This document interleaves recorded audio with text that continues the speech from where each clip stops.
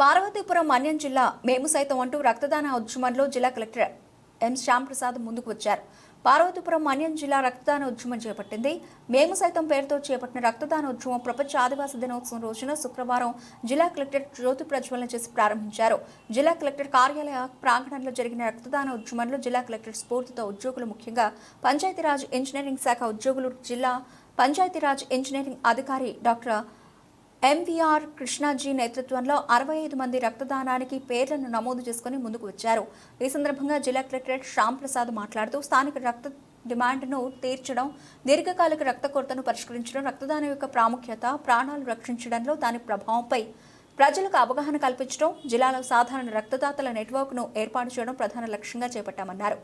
అన్ని మండలాల్లో శిబిరాలు నిర్వహించేలా కార్యక్రమాన్ని రూపొందించామన్నారు.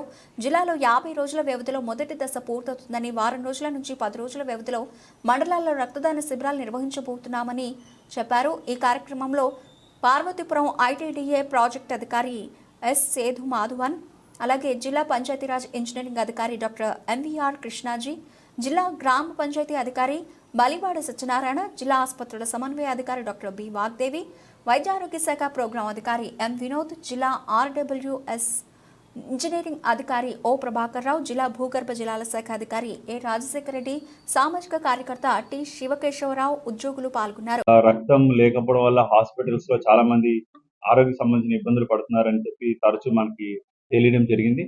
సో దాన్ని దృష్టిలో పెట్టుకొని మేము సైతం అనే ఒక కార్యక్రమానికి శ్రీకారం చుట్టడం జరిగింది ఈ రోజు ఆదివాసీ దినోత్సవం రోజు.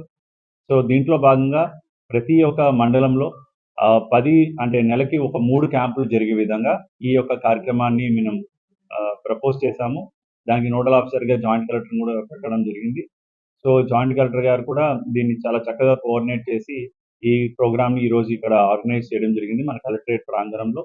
దీంట్లో ఏంటంటే మన జిల్లాలో ఒక బ్లడ్ బ్యాంక్ ఉంది అండ్ 6 బ్లడ్ స్టోరేజ్ పాయింట్స్ ఉన్నాయి.